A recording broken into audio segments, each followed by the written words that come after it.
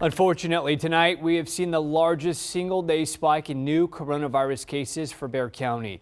Tonight, Metro Health is reporting just over 3,000 new cases, and only 70 of those are from a backlog of cases. That brings our total case count so far to 133,519. Thankfully, no new deaths to report today. However, because of a backlog of reported deaths, we've now seen 1,648 people die because of COVID-19 in Bexar County.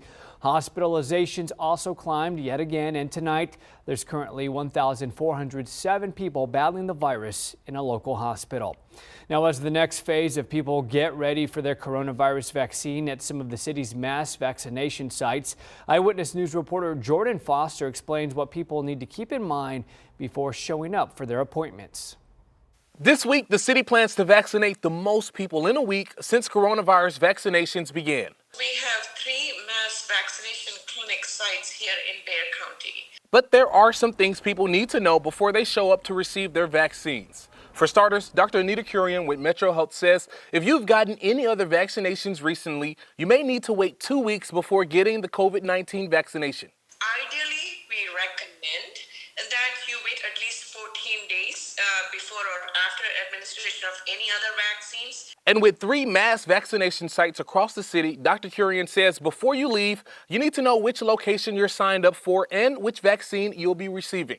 Show up as close to your appointment time as possible to avoid, again, congestion and frustration at the site. After someone receives the first dose of their vaccine treatment, Dr. Robert Leverett with UT Health San Antonio says they can still catch the coronavirus. People will invariably get COVID, some will, between their first shot and their second shot. So yeah, they should delay the second shot until they're completely recovered. Dr. Leverett says they should still practice all of the proper safety measures because the vaccine isn't most effective until after the second dose has been received. And even then, they could still pass the virus to others. A lot of people out there will not have had the shot yet.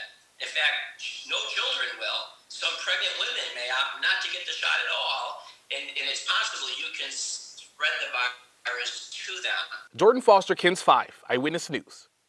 And again, the city is asking people not to show up to any of the sites unless you have an appointment. Now, updates about the coronavirus vaccine are developing around the clock. We're tracking it all both on air and online. Check our COVID-19 vaccine tracker for key information about distribution, and just head over to kens5.com/vaccine. You can also find our tracker in the KENS 5 app.